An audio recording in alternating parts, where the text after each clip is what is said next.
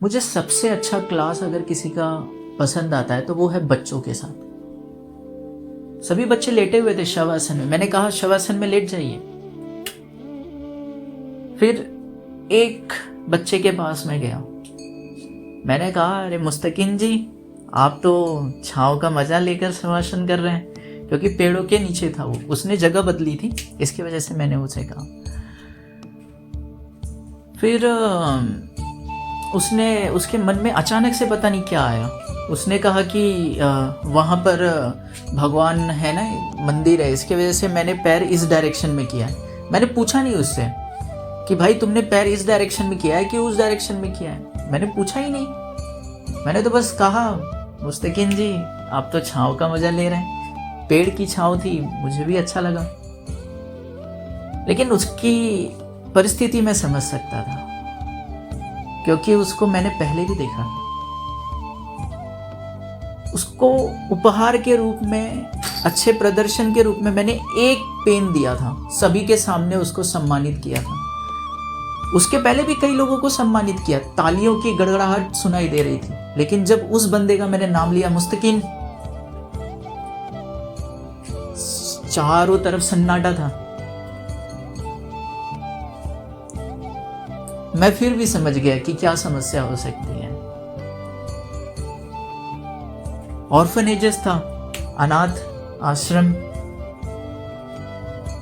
शायद मेजोरिटी में वो काफी एक ही था, यूनिक, उसी का नाम था मुस्तकिन।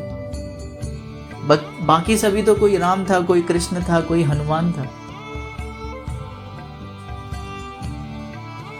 मैं जब आया क्लास में जून में, 1 महीने की छुट्टी थी, आते ही उस बंदे ने कहा, मुस्तकिन ने, राम राम सर।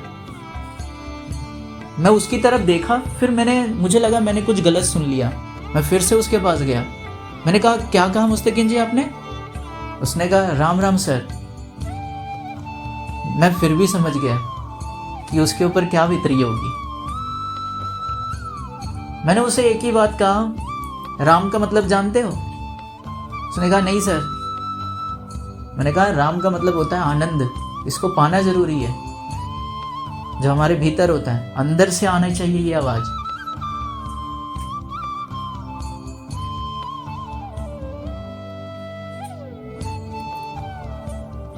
वो बंदा उल्टा लेटा हुआ था। मुझे ये बोल रहा है कि वहां पर भगवान का मंदिर है, पैर नहीं करना है उस डायरेक्शन में। मैं समझ गया कि क्या हुआ है। मैं उसकी भावनाओं को समझ रहा था बहुत गहराई से।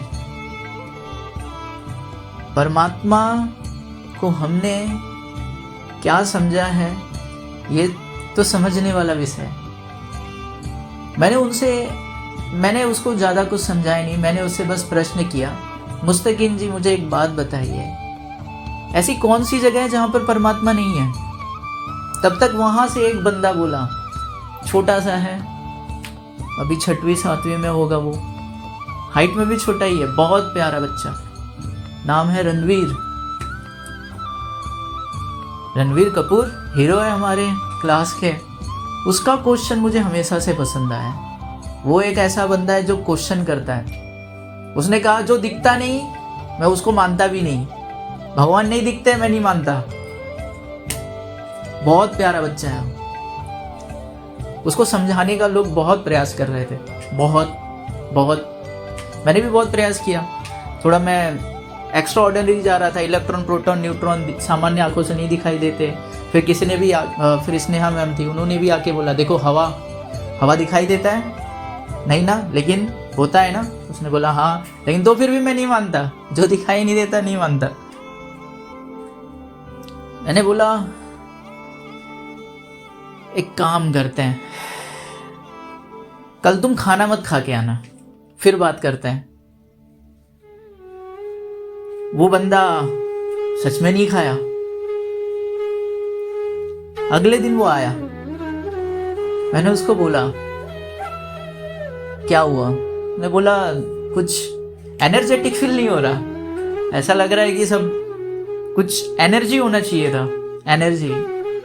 मैंने कहा वही जो एनर्जी है वही परमात्मा है।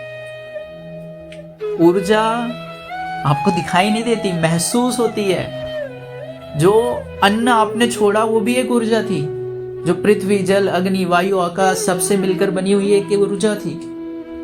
आपने उस ऊर्जा को एक्सेप्ट नहीं किया, जिसके वजह से आपके शरीर में भी आज ऊर्जा नहीं है और जिसे आप महसूस भी कर रहे हैं। वही जब आप खाए पिए रहते हैं एकदम मस्त, तो फिर आप एकदम एनर्जेटिक फील करते हैं। तब तो दंड बोलो, बैठक बोलो, 10 क्या 100 सूर्य नमस्कार बोलो, आप कर लोगे।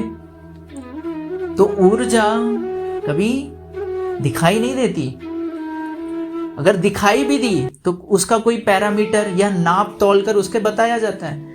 लेकिन कुछ सूक्ष्म ऊर्जा है, जैसे आत्मा हो गए, जैसे इलेक्ट्रॉन हो गए, तो उसे देखा नहीं जा सकता, लेकिन उसे अनुभव किया जाता है।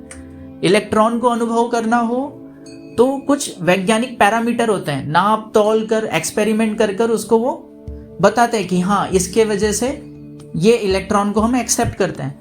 वैसे ही अनुभव के जरिए योग साधना स्वाध्याय तप अष्टांग योग के पालन से, प्राणायाम से, ध्यान से लोग आत्मनिरीक्षण के जरिए, आत्मबोध के जरिए आत्मा को अनुभव करते हैं। ना जाने हमने परमात्मा को क्या समझ के रखा है, क्या भी नहीं कह सकते, क्या क्या समझ के रखा है।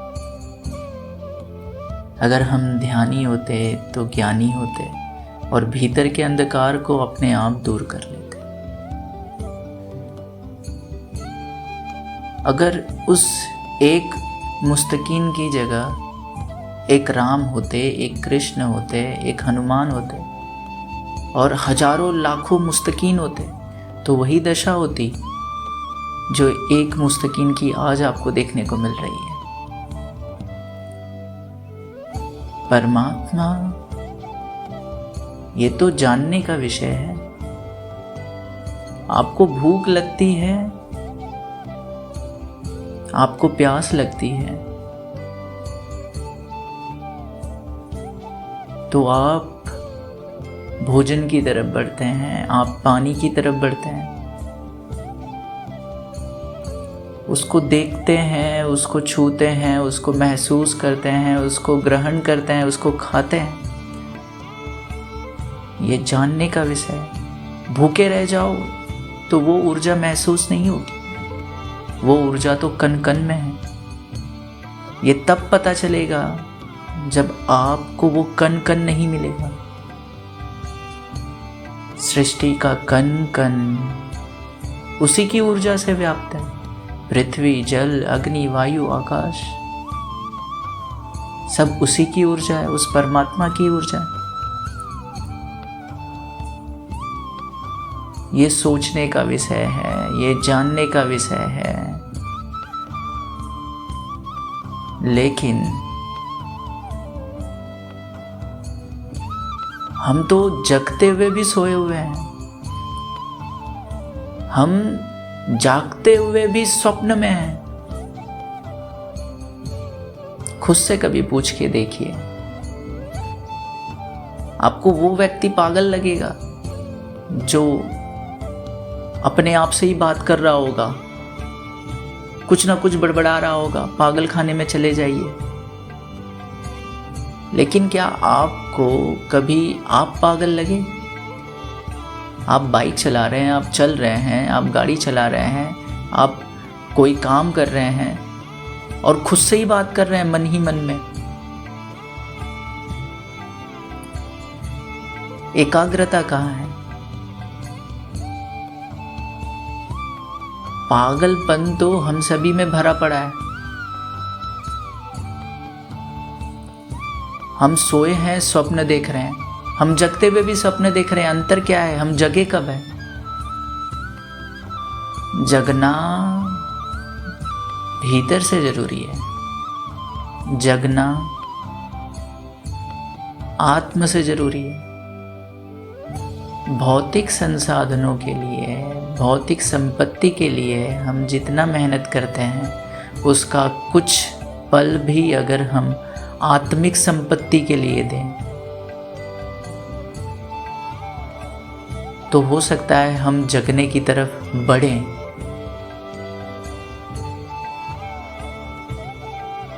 बिना उठे, बिना मेहनत किए आपको बाहर की संपत्ति नहीं मिलेगी, वैसे ही बिना उठे, बिना जगे आपको अंदर की संपत्ति भी नहीं मिलेगी। धन्यवाद।